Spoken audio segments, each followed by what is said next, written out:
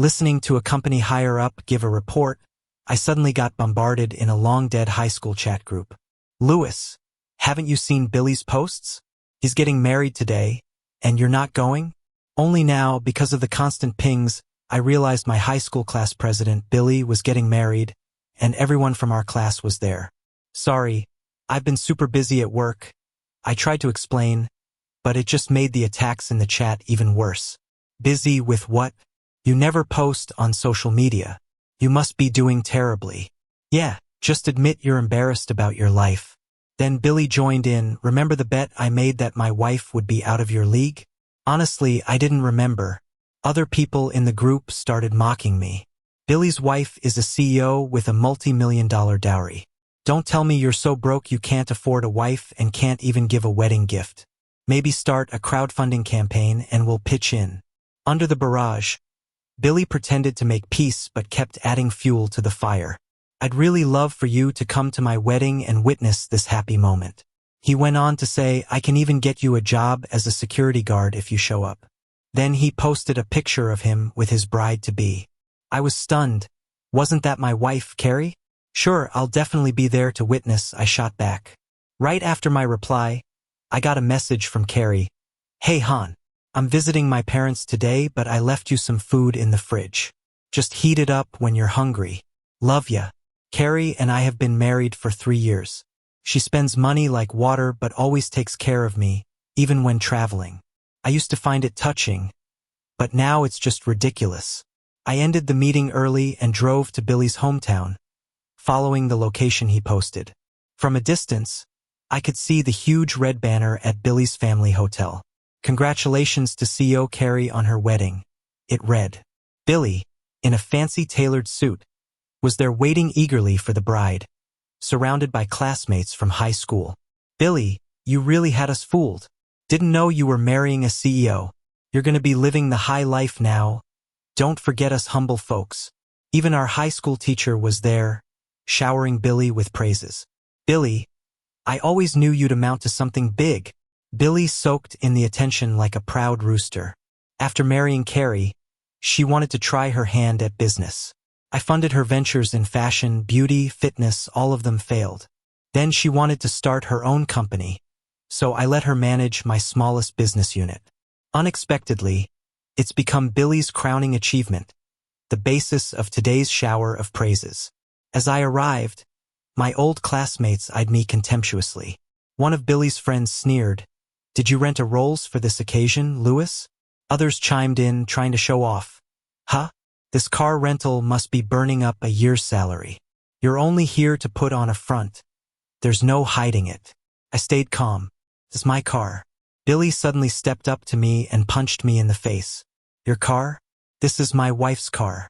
I've suspected she was seeing someone. Never thought it was you. A worthless leech. That punch left me dazed. Classmates gawked. Billy, is it really your wife's car? No doubt about it, Billy boasted, showing off intimate photos of him and Carrie in the car that matched mine. Everyone started whispering. So it's true. Lewis is just a kept man. Huh? Billy glared at me. Now I know why you never post online. Eating off others' success. Others joined in. Lewis always seemed so upright. Who knew he lived off a woman? I used to think he was a top student. Classmates' disdain only fueled the gossip.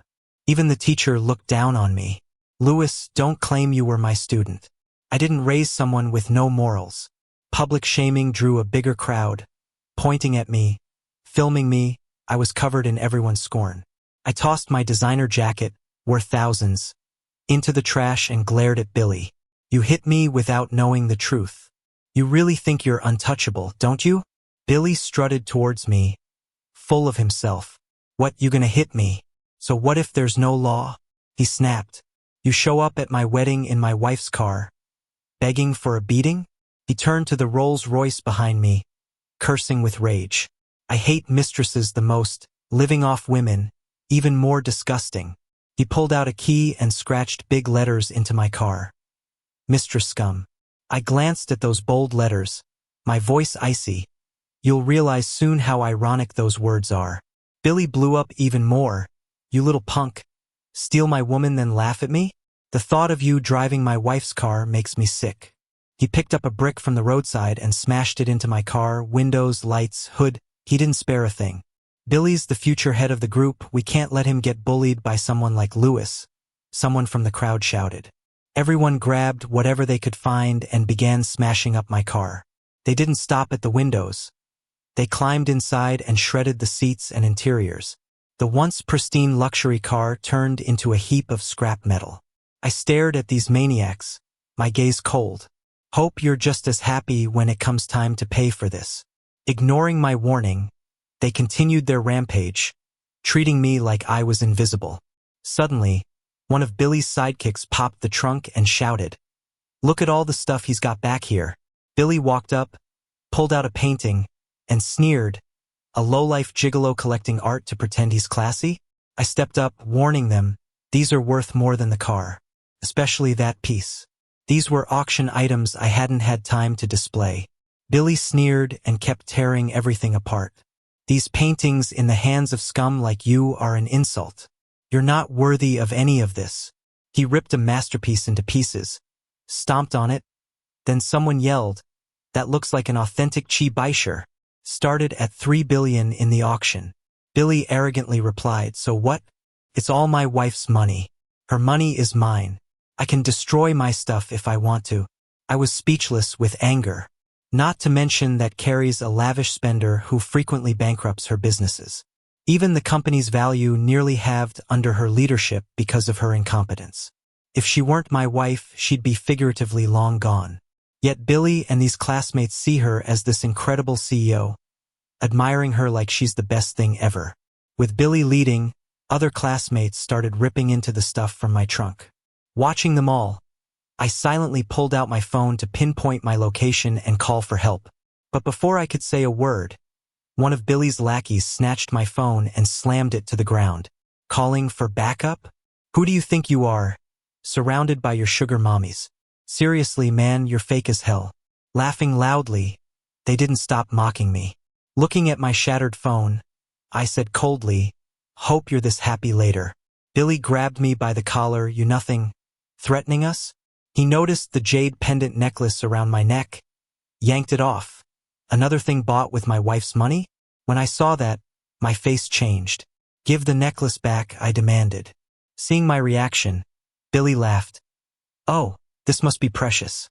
I was desperate. "It's not about the money. It's important to me. This jade pendant is a talisman my mom begged for me with her life. I was a sickly child, almost died when I was 5. My mom wouldn't accept losing me. Went to the temple, crawling on her knees up the mountain in sweltering heat, bloody and broken, to get this pendant. I miraculously woke up, but my mom fell gravely ill, passing the pendant to me with her final request: "Keep it safe." I treasured it all my life. It's my mom's legacy and my sacred line. I can't allow anyone to damage it. But Billy didn't care. He smashed it to the ground, shattered, scattering across the earth. "No." Watching this moment, my heart tore apart. "You monster," I seethed, unable to hold back.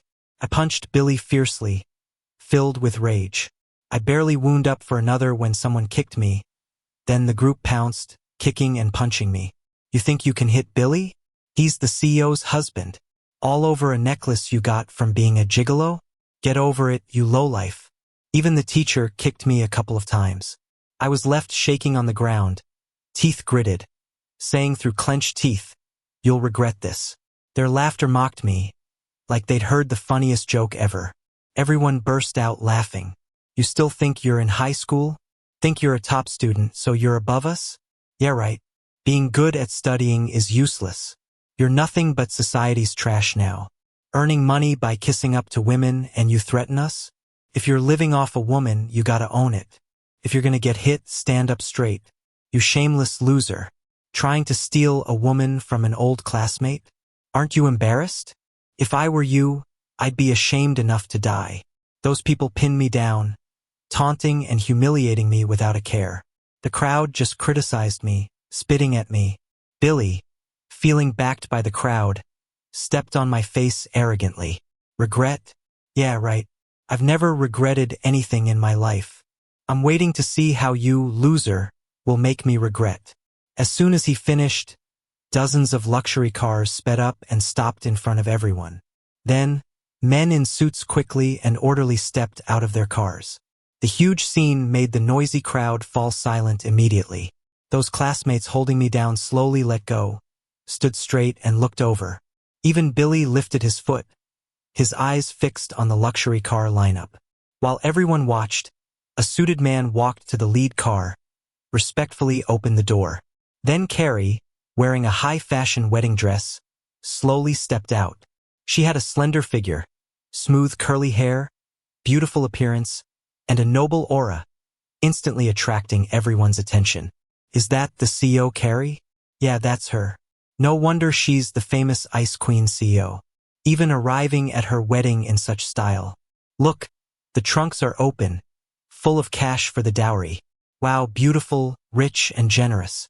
No wonder Louis is her boy toy. Billy's really lucky. Huh? Marrying this top-tier woman. I can't even dream about it. Amidst everyone's admiring exclamations, Billy smugly took Carrie's hand. Honey, you're so beautiful. Marrying you is my good fortune from a past life. Carrie smiled, you're just sweet-talking me. Seeing this, those old classmates rushed up to curry favor. Carrie, hi. I run a small ad company. If your group needs ads, could you consider us? Here's my card. Carrie, this is our company's new product. Free for you to try. If you like it, we'd love your feedback. Carrie, hi. I've been Billy's desk mate for 3 years, and I've admired you for a long time. Does your group have any vacancies? I'm willing to learn anything. Suddenly, all the old classmates tried their best to get in front of Carrie, recommending themselves by any means. Watching old classmates bow and scrape in front of Carrie, Billy's smile grew even wider. This feeling of superiority really satisfied him. Carrie just perfunctorily had her assistant accept everything, seemingly used to it. Then Billy's mom approached, smiling at Carrie. Dear daughter-in-law, finally you're here. We can't wait to have you in the family. Come, let's quickly go into the hotel and finish the wedding. All the relatives are waiting. Carrie nodded and was about to go inside with Billy when suddenly, sirens came closer rapidly. Officers swiftly got out of their cars, sternly saying, "Don't move. We got a report about troublemaking and assault here." The police arrival instantly killed the happy vibe. The old classmates panicked. Some didn't even dare to lift their heads, scared of trouble. Carrie was a bit puzzled. Glancing at Billy, "What's going on? Why are the police here?" A guilty look flashed in Billy's eyes, and he mumbled, "My classmates said they'd discipline a gigolo for me, so they taught him a lesson." Hearing this, an unnatural look crossed Carrie's face. "Gigolo? You know you're the only one in my heart. Why would I have someone on the side?" Billy pressed his lips, looking innocent. "All right, maybe I made a mistake, but even if he's not your kept man, he's someone who messed up my wedding. It's right for everyone to deal with him." The old classmates instantly agreed shamelessly. Right. That guy always competed with Billy in high school. Never could stand Billy doing better. Billy was nice enough to invite him to the wedding, and then he came to mess around. Yeah, back in school, he always targeted Billy. Everyone just couldn't stand him anymore. Their goal was to earn Billy's favor today, so they spared no effort to belittle me and praise Billy. Billy's mom also persuaded, "Dear daughter-in-law, my son values this wedding. If that loser caused trouble, it'd embarrass you." After listening, Carrie nodded slightly. If it was someone picking on Billy, a lesson was appropriate. Seeing Carrie's approval, Billy felt confident. He straightened up, faced the police, and righteously said, "Officers, there was someone disrupting my wedding first. We had no choice but to act." The policeman frowned and stated, "For the specifics, everyone needs to return to the station for investigation." The old classmates who had beaten me looked flustered again. However, Billy remained unafraid. "I'm not going. Today's my wedding day. I won't go to the station." Then he looked at Carrie. "Honey, you're the CEO of a big group. Your connections are endless. Help me out here, please." The others also looked to Carrie for help. "Yeah, Carrie, someone as important as you, the police should listen to you. Today's your big day with Billy. If everyone goes to the station, it's embarrassing for you. Exactly. Your group is one of the top in the state. A word from you can settle this. Billy's mom added, "Dear daughter-in-law, today is a big day for you and my son. We've got so many friends and family watching. We can't be embarrassed now, can we?" Faced with everyone's anxious looks, Carrie stood tall, confronting the police confidently. "Officer, I'm Carrie, the CEO. I know you're department heads. Can you let this slide?" The cop hesitated for a moment, then spoke firmly. "You can't just hit people in public, no matter who you know. It's not up to me to decide if we drop it. Unless the victim forgives you and doesn't press charges." Carrie smirked, confident. "Simple. I doubt anyone would dare go against me, Carrie." She then turned to Billy. "Where's the person you hit?" Billy quickly guided Carrie through the crowd and pointed at me, lying on the ground. "Honey, it's this guy. I was a mess, dirty clothes, disheveled hair." Carrie didn't even recognize me. She glanced at my injuries dismissively, sneering, "You're the one who bullied Billy back in school, right? I'm Billy's wife. You've already been taught a lesson, so I won't hold a grudge. Today's my wedding day with Billy, and I won't allow any disruptions. You're barely scraped up. I'll give you compensation later to settle this. You don't have any objections, right?" Carrie's words were nonchalant, her tone full of superiority, like speaking to me was a big favor. I had no reason to refuse, but I didn't reply, just scoffed. Carrie frowned slightly. "What? Not satisfied?" She paused for a moment, then added, "Whatever. Since it's my happy day, I won't fuss too much. If you have any issues in the future, you can come to my office. I'll sort it out for you. Is that enough?" She looked down at me disdainfully, like I was the one begging for handouts. Billy was clearly annoyed, saying, "We didn't kill you. Be grateful. Don't bite the hand that feeds you. If we weren't old classmates, you'd be getting nothing."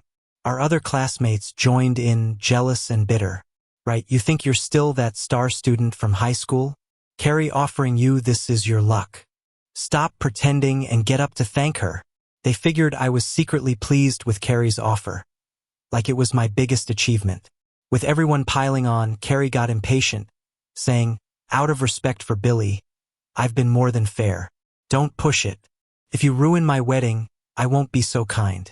Under her threat, I braved the pain, slowly standing up to face her. "Carrie, you've got quite the swagger," I remarked. The first time I met Carrie was on a rainy night. I was driving home, and with the rain and darkness, visibility was terrible. She appeared out of nowhere, and I hit the brakes hard but still knocked her over. I was frozen, quickly getting out to help her to the hospital. But she staggered up, saying it was fine, and left without looking back. Watching her limp away into the night was unforgettable. I felt drawn to her and did everything I could to find out about her. I discovered she worked at my dad's company. Felt like fate. So, I joined his company as an intern the next day. When she saw me at the office, she was clearly surprised. I then found out she was a new intern too, always wearing big glasses, dressing plainly, and acting politely. Her gaze was innocent, giving off a naive vibe. But she worked hard, telling everyone she'd endured hardship growing up and only had persistence to rely on. She was the office's most diligent intern, always working intensely. Her dedication moved me, and I pulled some strings to get her a permanent position. She was over the moon, glowing with joy. After that, she threw herself into her work even more. I admired her tenacity. We gradually grew close.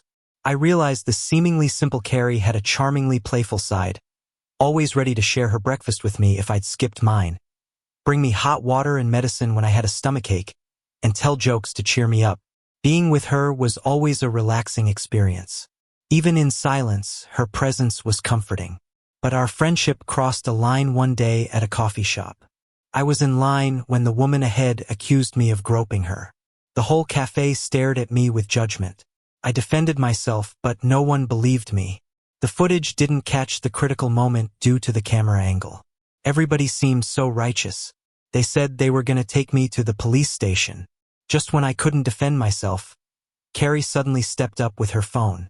She said she had been recording and taking selfies in the background. She captured the whole incident.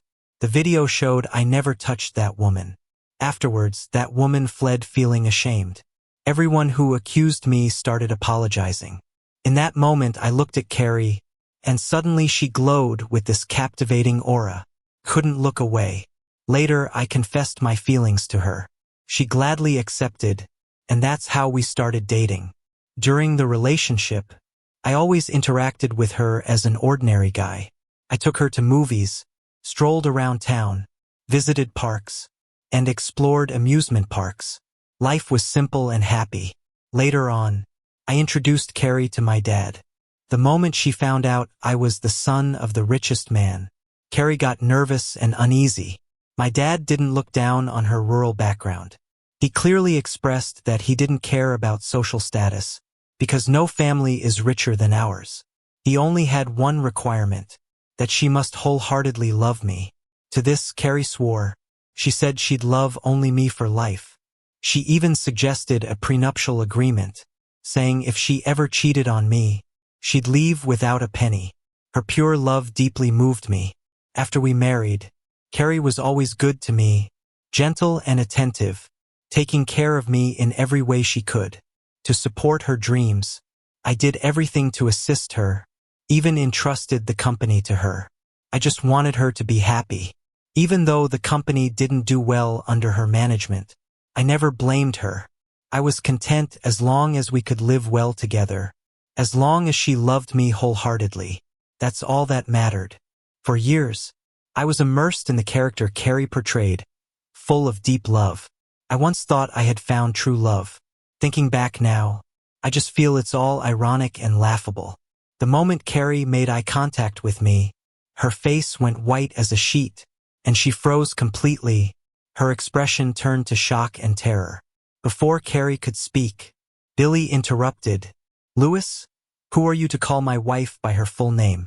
Our old classmates angrily chimed in. "Yeah, don't think just 'cause Carrie wants to make it up to you, you can act recklessly. Without Billy, you're nothing to Carrie." "Exactly.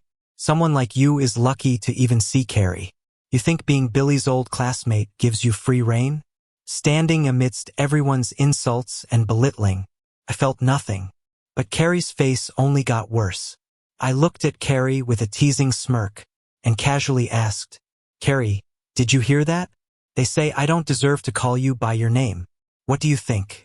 My offhand question almost made Carrie collapse. Her lips trembled as she was about to speak, but Billy jumped in. "You worthless thing. How dare you talk to my wife like that? Think I won't beat you today?" Billy marched up to me, raising his fist, but Carrie was quicker. She pushed him away. Billy stabilized himself, looking incredulously at Carrie. "Why'd you push me, babe? Do you feel sorry for this loser, or is he really someone you've been keeping on the side?" The place erupted in chaos. Our old classmates stared wide-eyed at Carrie and me. "No way, Louis is really Carrie's kept man?" "Seems like it. Otherwise, why would Carrie protect him? Just another guy. He can't compare to Billy, her legitimate husband." "True. Carrie's just holding Billy back because the cops are here, trying to protect Billy that way." Billy stepped forward, grabbing Carrie's hand. "Even if he's your kept man, why stop me from hitting him? I'm going to be your husband anyway." Billy sounded full of resentment. Carrie shook off Billy's hand angrily. "Get lost." Billy stood there, baffled, staring at the fierce woman he didn't recognize. He really couldn't believe that the woman he loved with all his heart could have such a harsh side. Carrie wasn't concerned about Billy's feelings. She was anxious for herself. She grasped my sleeve gently, swaying like a child who made a mistake, carefully said to me, "Darling, I know I was wrong. Please forgive me this once." Carrie tried to act spoiled and charming as usual, hoping I'd be moved like always. I looked at her expressionlessly, disappointed. "Carrie, before the marriage, you promised me once like you'd love me and only me forever. But look where we are now." I pointed at Billy and went on. "You say you love me, but you're out there marrying someone else. No wonder I used to just run into you on the street and you'd leave without a word. No wonder you conveniently showed up at coffee shops to help me out and told me not to worry about a lady's slander, saying she just misunderstood. And no wonder when I brought you home and you found out who I really was, you didn't even flinch. Now that I think about it, you've probably had your eye on me all along. That car accident back then, was that your calculated way to get close to me or what? You knew my family's situation, so you did everything you could to grab my attention, using me as a stepping stone while living it up on my dime. Carrie, you really played your cards well. I was so into the love and attention Carrie gave me that I never doubted her. But it turns out all those touching moments were her carefully laid plans. It's laughable. I thought I'd found true love. I treated her as the most important person in my life. Honey, I truly love you. Carrie kept pulling on me, looking scared and genuinely worried about losing me. Billy still seemed super confused and asked Carrie, "What are you doing, Carrie? You're a CEO. Even if he is your husband, you don't need to bow down so low. Why are you trying to please him like that?" Carrie, red-eyed and angry, glared at Billy and shouted, "Because everything I have is thanks to him." The moment she said that, a bunch of luxury black sedans suddenly pulled up by the curb. A group of suited bodyguards in sunglasses got out, all orderly, heading straight for me. They bowed respectfully, "Lewis," their voices loud and echoing, leaving everyone stunned. Everyone in the area, dumb or not, could tell that I was someone important. Finally hit them how big they messed up. I gave them a cold look and told the police officer, "Officer, these people slandered and attacked me in public and broke a fortune's worth of my stuff. I'm not taking this lightly. Handle this seriously, will ya?" "Okay," nodded the police officer, quickly taking everyone involved to the station. Before leaving, he advised me to bring all my receipts for the damages and my injury reports to the station for a full assessment. I went to the hospital to treat my wounds and get the necessary reports, then headed to the police station with all the paperwork. In the station, former classmates who had been acting all high and mighty now looked downright miserable. They had been buttering up Billy because they feared Carrie, a CEO, assuming Billy was the group's future owner. But the guy they were sucking up to was someone they'd always looked down on. Meanwhile, I'm the big deal they tried to bully.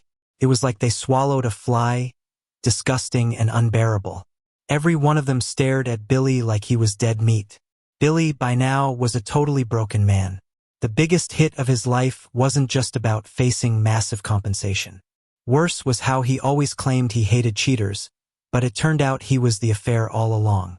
The wedding became a joke, and he was the laughingstock. He couldn't handle it. The police checked my files, tallying up the damages Billy and the others did to over $960 million in value. Everyone went pale at that. They couldn't believe it. How could he have this much money? One said. "Officers, don't get fooled by him," said another. "Yeah, we went to high school together. He was always so low-key, never looked like he came from money." A third chimed in. "This is fishy." They all agreed such cash has to be dirty. The cops snorted. "We checked already. He's the son of a billionaire. You can't even imagine his worth. Just because he keeps a low profile doesn't mean he's a target for your nonsense." Silenced by the cops' words, they were speechless. "You guys did enough damage to land in prison for life. Maybe use that energy to think about repaying instead of doubting someone's wealth. He's clear, no deals with you lot. $960 million. For everyone there, it was an impossible amount. They couldn't pay, so they tried to play victim. Come on, we're all classmates. You're loaded anyway. Why drag us down?" One protested. "Yeah, it was all a misunderstanding. Let it go. Why put us on the spot?" Another pleaded. "It's just a car and some collection pieces. You won't fuss over such a small issue, right?" They were trying to sound righteous, continuing to diminish the damage as if $960 million was just pocket change. I could tell they thought since I was unharmed and wealthy, I should just take the fall and forget it. I just laughed bitterly, saying, "Now we're classmates? Why didn't that matter when you attacked me? You sure acted all high and mighty while destroying stuff, didn't you? What do you mean by telling me not to fuss with you now? You can break stuff, but you can't pay for it?" Back in high school, I always kept a low profile and focused on my studies. I never went out of my way to cause trouble. But Billy always seemed to pick on me. Said I was pretending to be superior or wasn't a team player. He'd even bring a whole crowd to bully me. At those times, a group would hype things up. I bit my tongue to avoid trouble, stayed out of their way whenever I could. Didn't think my backing down would make them bolder. Today, they beat me up without hesitation. If I don't teach them a lesson, they'll keep pushing around the weak. When they saw I wasn't backing down, my old classmates panicked. They didn't dare to confront me, so they turned on Billy. This is all your fault, you useless jerk. You started all this with your big mouth. Yeah, you're the one who mooches off others, then drags us into it. And you going around saying you're the heir to a major company. Really? Because of you, we had to suck up. Now you pay for it yourself, it's got nothing to do with us. Exactly, you're to blame. That 960 million, you cover it yourself. Don't think we're pitching in. Billy got furious and didn't hold back. You guys are such jerks. And you dare blame me? Ever since high school, you pushed me to bully people. You guys kept encouraging me to latch onto the rich. Thought I was gonna be some big shot heir, so y'all sucked up. But now you turn your backs? You're all a bunch of low-lifers, won't amount to much. Today, none of you are getting away. Billy was going head-to-head, arguing with them. They almost got into a brawl before the cops stepped in. After all that arguing, they tried to weasel out again, saying they didn't break anything, it was others who did. Some claimed they weren't involved in the fighting. Police showed surveillance footage and they all shut up, couldn't say a word. Each had to pay back what they owed. Some scrambled, sold everything, begged to pay up, and left in defeat. Others got slapped with divorce papers or cut off by friends and family, couldn't get a cent and were locked up. Billy went all out in this mess, so he owed the most. Faced with enormous debt, he turned to Carrie. Carrie, help me out for old time's sake. I couldn't pay this back even if I sold myself. Tears streamed down his face as he pleaded. Carrie's heart softened. After some hesitation, she turned to me and begged, "Honey, we don't need to push this far. For the years we've been married, can you cut him some slack?" I looked at her coldly. Give you face? Carrie, do you still think you have any left with me? I'm sick to think of all those years I was fooled by you. Divorce papers are ready. From today, we're done. With that, I walked off without looking back. So Billy and those who couldn't pay wound up in jail. Even my old high school teacher got investigated. Carrie walked away with nothing as per the agreement. Later, I heard Billy got into fights in prison and ended up disabled. Those involved got their sentences lengthened. Complaints echoed in prison. Meanwhile, I entered a peaceful, single life. After being part of a couple for so long, it felt strange but free. 3 years passed, and on a morning run, I saw a man with a crazed look, chasing a woman with a belt, yelling, "You woman! Cheating on me! I'll kill you today!" The woman, missing a shoe, ran without looking back. I recognized her, it was Carrie, apparently caught in another affair. Guess it's true, either 0 times or countless ones.